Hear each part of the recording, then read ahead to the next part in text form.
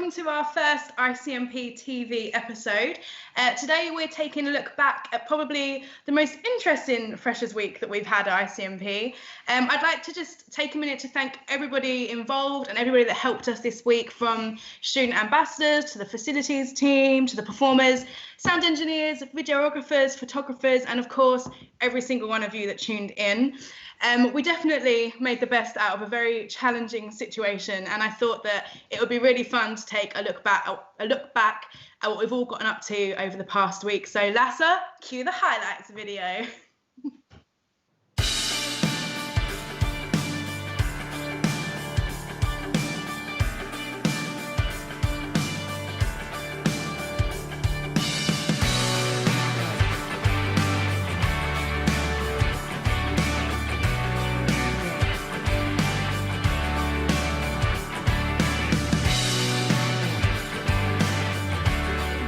Never have we needed more music.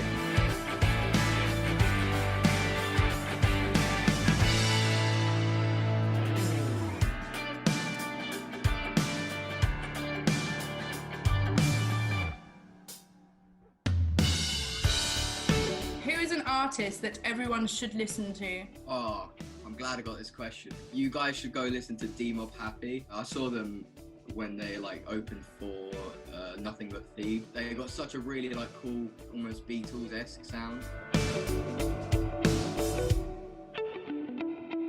On the production side of things, how do you find is the best way to make cool soundscapes and atmospheres like you have in your music?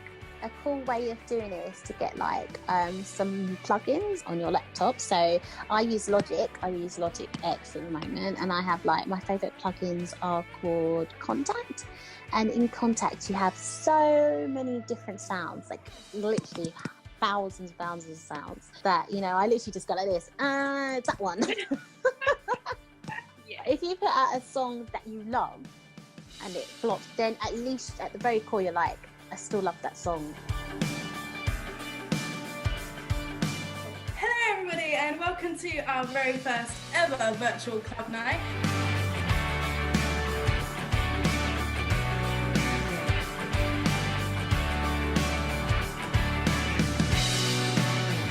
So the winner of Freshers Pub Quiz 2020 is Eve. I'd like to thank my mum, my dad, my dog. Welcome to the Freshers Showcase 2020.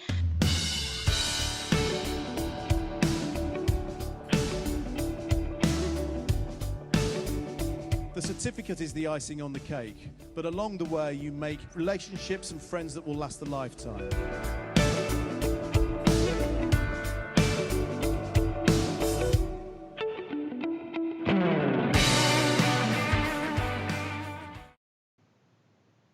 Wow, okay, so we really did have some great moments this year. Despite everything, we still had a really cool time. So the performances that we had this year were just top quality, as with every year, at ICMP, they're always so good. And I'm always so taken aback by the talent that we have at ICMP, and it's so inspiring to just be continuously surrounded by so many creative people. And I'm talking about everyone, the students, the tutors, the guests, but also the staff, loads, if not all of our staff members at ICMP have a really heavy interest in music, and lots of us are in the industry performing, songwriting, DJing, etc., etc. So I was really happy that this year we were able to get two of our facilities team on the Freshers lineup. We had PJ performing at the Freshers Showcase with his band Rival Karma, and we also had Ian treat us to a live DJ set at our intro club night.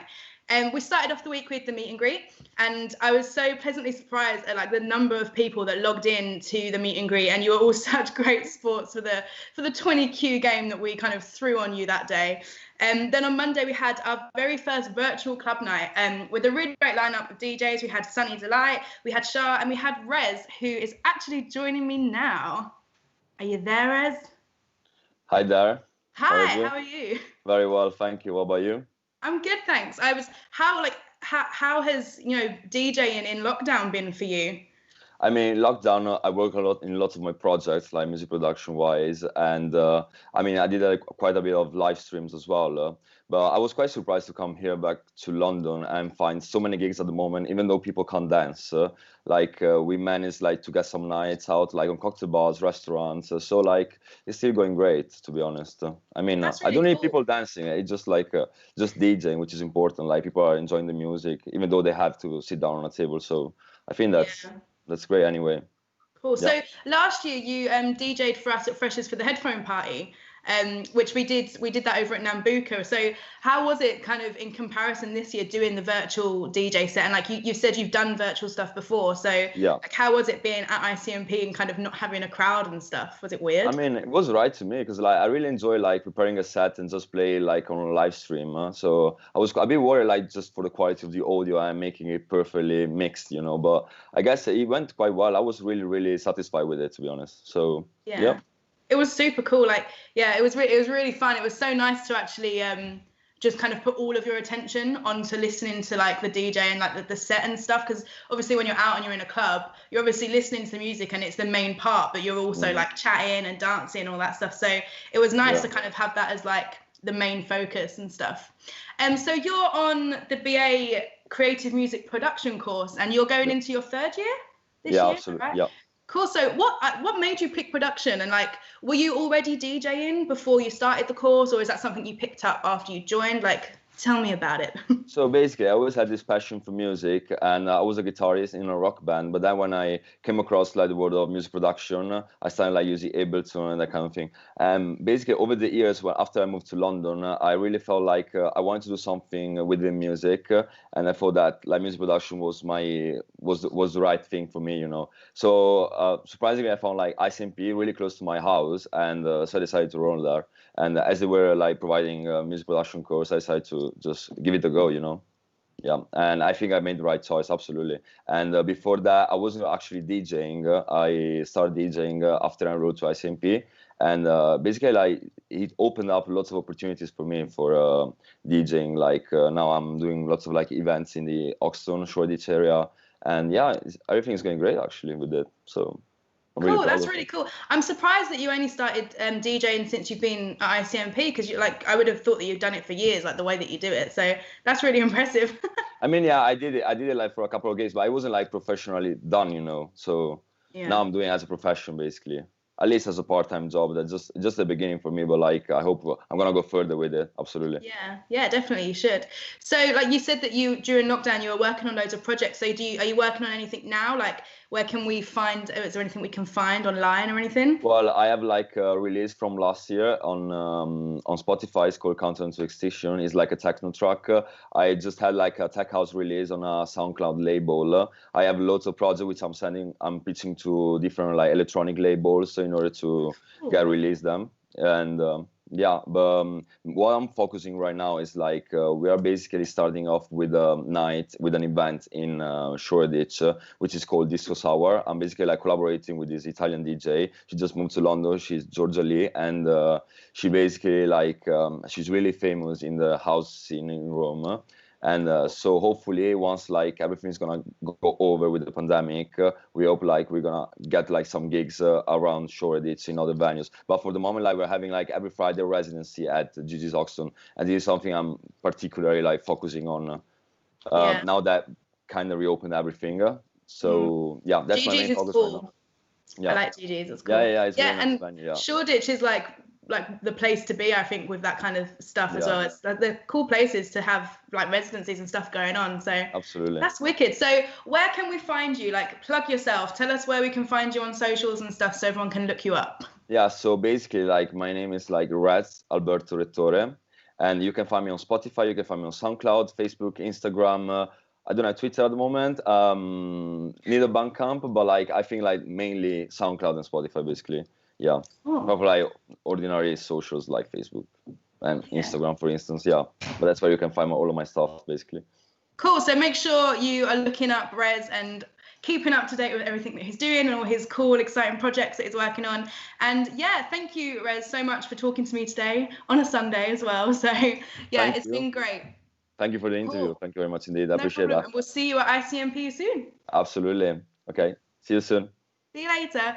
Cool. So on Friday, we had our showcase, which saw an awesome lineup of new students, current students, alumni, and staff.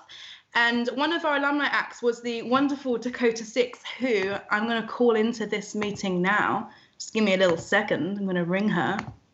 She's actually at work. She's on a break. So she's giving us some of her break time. Where is she? Hi. Hi. Can you see me? I can't see you yet. Maybe it just needs a second. I can hear you though. Okay. Let me see. Oh. Where there is we your go. face? There it is. Hi. How are you? I'm good, thanks. How are you? I'm good. I'm just enjoying my lunch break in the sun. That sky is like blue. Yeah, it looks good. I'll show you. Can I flip it? No? But it looks good. Looks is really that Westfield? good. Do you work in Westfield? It is. Ah, yes, I am. cool. I'm working for a florist, but yeah, random. I'll get to that at some point with you. Cool. So the Freshers Showcase performance, how was that? How was that for you? It was so fun. Everyone was so great. It was ran so well. You guys did an amazing job.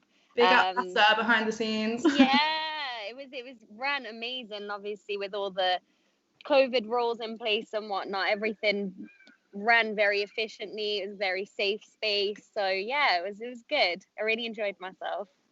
So was that your first like live performance since like all of this craziness has happened, or? Yeah, it was. To be fair, I haven't really performed in a very long time anyway, just because I've gone through that genre switch up, and I've been just trying to sort out all of that really. So I haven't been performing as much. So it was even the first time really that I've done a proper set doing another genre of music. So yeah. Cool. That must have been so exciting then. It was so fun though. I had such a great time. Yeah, you really looked like you were enjoying yourself. It was nice to watch you like obviously enjoying yourself. It was good. Yeah.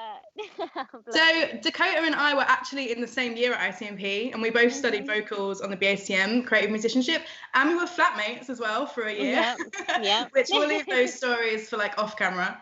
But I've worked at ICMP for nearly 2 years now. Can you believe it?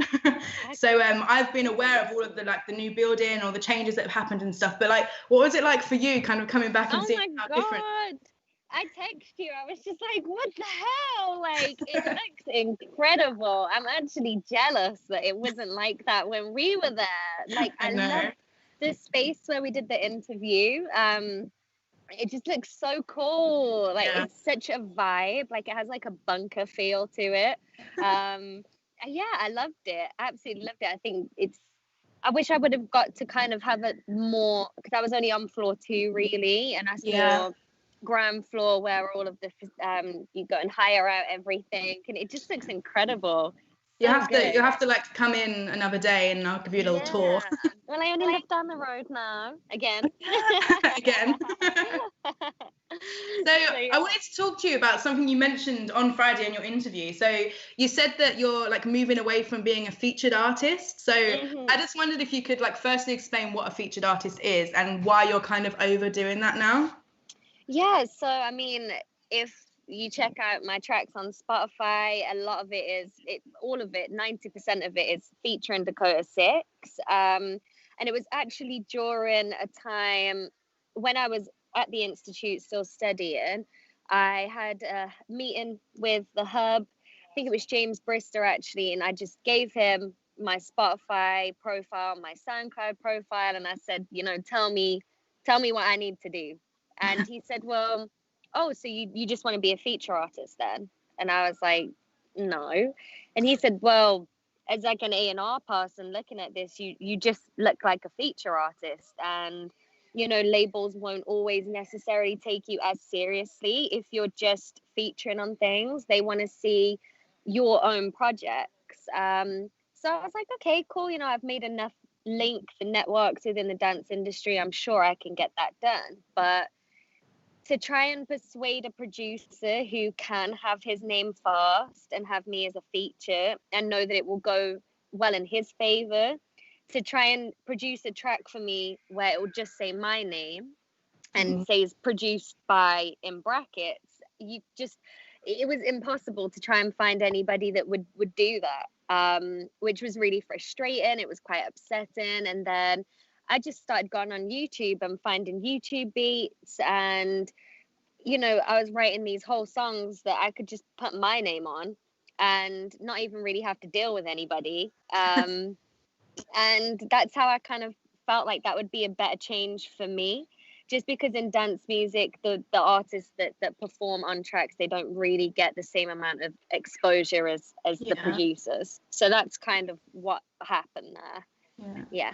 Do you think though, like, would you have changed it? Like, because those tracks and stuff that you're a featured artist on, like, they're sick. Like, they're so good. Yeah. Like, would you wouldn't have changed that, right? Or like, how do you feel about them now? I still, obviously, people still hit me up for collaborations, and I enjoy it. Do you know what I mean? I think there was a few different reasons why I felt I wanted to focus a little bit more on R&B and hip hop, just because, you have to write in a certain way when you're writing on dance music, because you're writing for a specific audience, and that audience is an intoxicated audience. Do you know what I mean? Yeah. And it's in a club, and if you get a set, it's going to be 1, 2, 3 o'clock in the morning, where your audience is very far gone by that point. So you need to make sure you're writing things that are quick, simple, to the point, usually about love or clubbing, and you haven't got enough,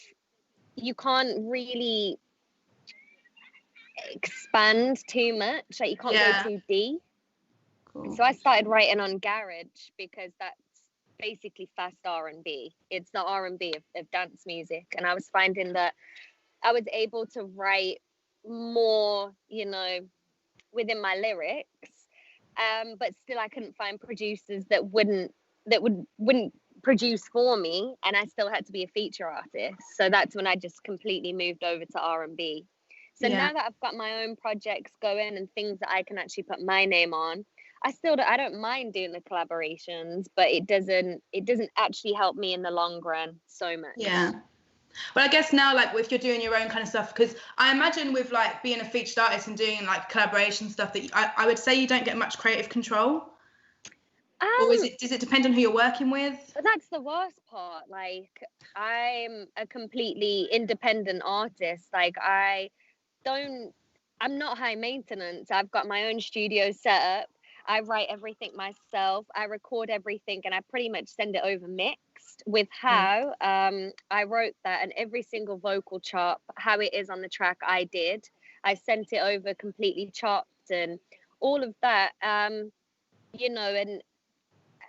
I'm still only mentioned as a featured artist. Yeah, do you know what I mean? Yeah. But I do a lot. I mean, I don't mind doing it if it's just a little hook, because I am featuring on the track, and the main part of the track is a beat or something. But a lot of the time, I'm writing a full song and getting very little recognition for it. So I get a lot of creative control, but not the recognition that reflects it.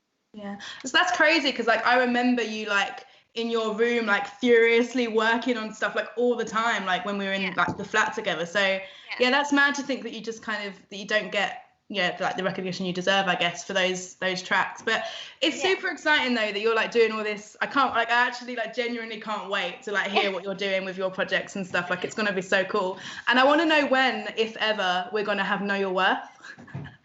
Oh my god, do you remember that? I've still got the because what I started doing as well is just sending out a cappella vocal packs. But when stuff is a little bit dry, in between me releasing my things, it is cool. Like, I've had Closer and How come out from literally just sending vocal packs, and then someone will come back to me and be like, "Oh, I made this out of the vocals that you sent me. Can I drop it?" And I'm like, "Yeah." Do you know what I mean? How was a completely random collaboration after I'd said I'm not doing dance music anymore. And I got this email. I didn't know who Forward were. I didn't know what that collaboration was going to be. And now that it's nearly got 500,000 streams, and the plays that I've had from that have been great. So it's very bittersweet being a feature artist, because I do get recognition in some ways, but not as an artist as much. It's weird. Like, it boosts my plays and it definitely boosts my audience, but I'm going to be doing both of them simultaneously, because as I said in the interview, I think the other day, or might have been before, that, you know, if I'm hitting up 2 lanes at the same time, hip hop and R&B and dance music, if one of them takes off, then I'll do more of whatever takes off. Do you know what I mean? Yeah. But it's better if I can do both, then just do both. Yeah. Yeah, do it. So tell us then, how can we, like, where can we find you? Like, where can we find updates? Like, tell us where you are. Where can we find you? My main hub is definitely Instagram. I can't use Twitter. I'm a bit of a granny. Don't understand that. Everything's upside down. If I try and read a comment, I'm like, wait, who said what first? The order, yeah. I don't get that. So don't go on my Twitter. There's like tweets from 7 years ago that just, no. So yeah, Instagram, which is DKTASIXX. And my music you can find everywhere: Apple Music, Beatport, Spotify, SoundCloud, everywhere. Yeah. And I have a website too, but I am trash at updating that. So yeah. Instagram's the place to go. Your Instagram, might I add, is so tidy and organized. I've never seen like an Instagram page that's so tidy. Well, I designed my website the same as well. It took me a while, but yeah, it's because I'm so OCD, and like I like to do different things with each post, but then like it just looks messy like on the grid. So now I wanted to make it so like buttons. Yeah, so those little things are like buttons. Yeah, it's a bit of a pain because I can't put videos on the thumbnail, but that's about it really. I won't complain too much. Yeah. Okay, well, we're going to let you enjoy the rest of your lunch break in the sun. Thank you so much for coming on and talking to me. It's been so good to kind of catch up with you, and we'll definitely meet up in person and do a proper catch up soon as well. Yes, please. Let's do some old Jess and Amber times. Yes, with like the money video. Cool, thank you. Guys. Enjoy your Sunday. Mwah. You too. See you later. Bye. Cool. So guys, that brings us to the end of our highlights video. I just want to again say thank you so much to everyone that's been involved. Massive shout out to Lassa, who you can't see, but he's behind the scenes making all this stuff work, which I don't know how it works, but he does it and he's a wizard at it. So thank you, Lassa, so much for doing that throughout Freshers. And thank you everybody that's performed and helped us and tuned in. And yeah, that's kind of the end of it for today. But don't forget, we have the Songwriter Circle tomorrow. You can find all of the information for that on our website and on the Facebook page and stuff. So yeah, make sure you tune in to see Frank Turner and the other great performers that we've got. And yeah, that's the end. So Lassa, you can play that outro.